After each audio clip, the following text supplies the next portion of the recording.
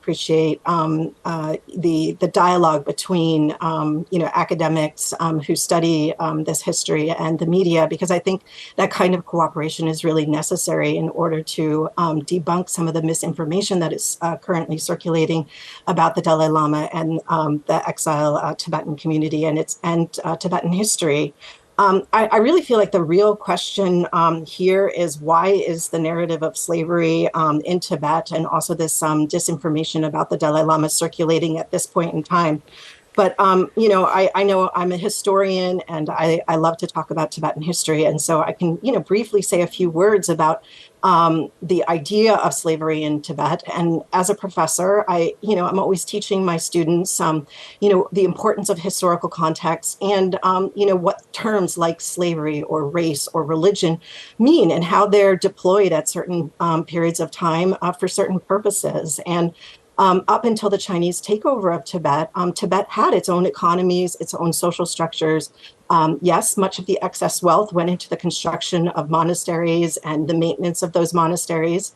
But remember that Tibet is a huge geographic area. It's a difficult place to live. Anyone who has had the pleasure to spend some time there, like I have and many of my colleagues have, know that it really varies a lot from place to place, just like China does. You go to Sichuan, it's very different from Beijing. It's very different from Fujian.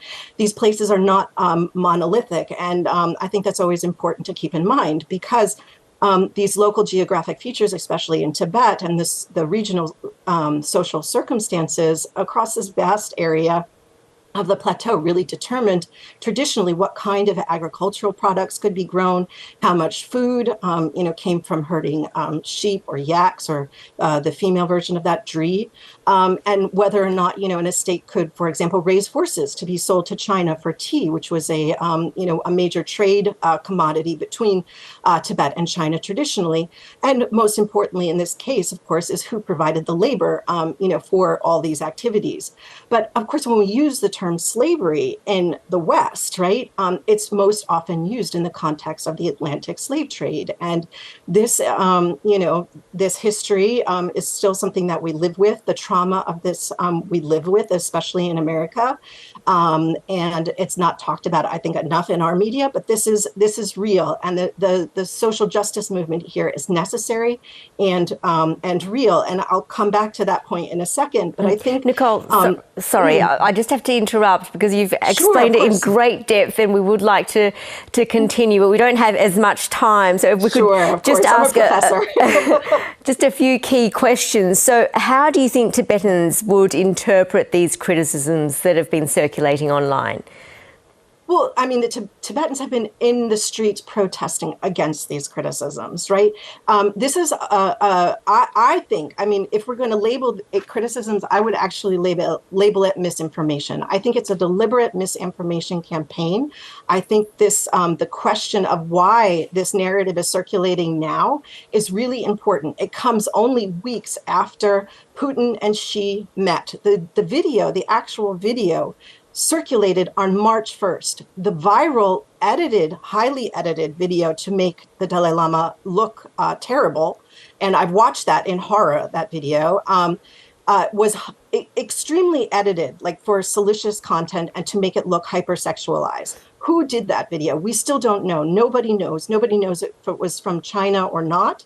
It's not clear.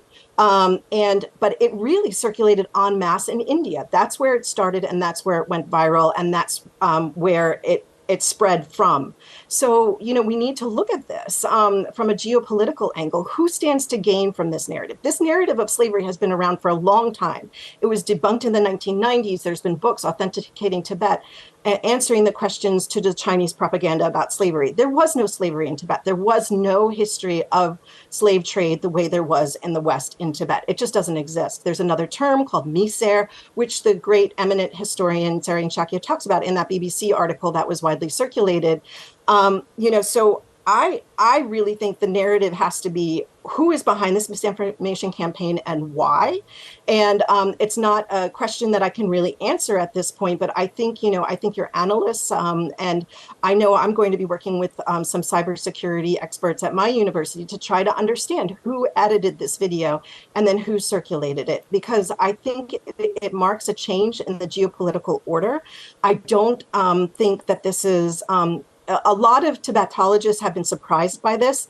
I have not been surprised by it because the Dalai Lama holds so much power in the sense that he's a true world leader, a true bodhisattva of compassion. He only works for social justice. And, who stands to gain from circulating this kind of malicious content but China, and trying to, be the arbiters of world peace, which is a complete lie. It's just I really feel like this video and this misinformation, there's a lot more behind it, and I think that's also why it went viral in the way that it did. So what are the concerns expressed by human rights groups if this misinformation continues to be circulated? What are they accusing the Chinese government of, and how has Beijing responded? I have not seen any response in Beijing, except for that I know that this video has circulated widely in China, and that Tibetans within China are in tears about this, not because of the misinformation, but because they get to see a picture of His Holiness, which is banned in Tibet. For a decade or so, there was no pictures allowed in Tibet of the Dalai Lama. And this has been the first opportunity for many Tibetans within Tibet to actually see pictures of the Dalai Lama. So they're thrilled by the opportunity to see this. Do they believe the propaganda? Of course not.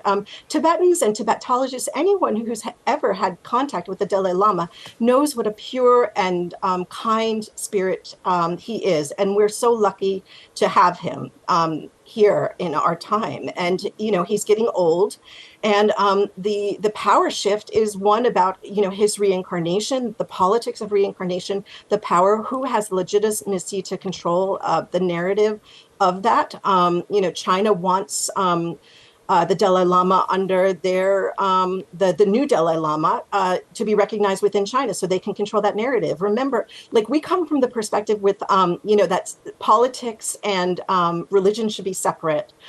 Yet the Chinese Communist Party in 2005 put a rule in that they have the ultimate arbitrary right to say whether an incarnate Lama is a true incarnate Lama or not. And that is all a power play about the next Dalai Lama.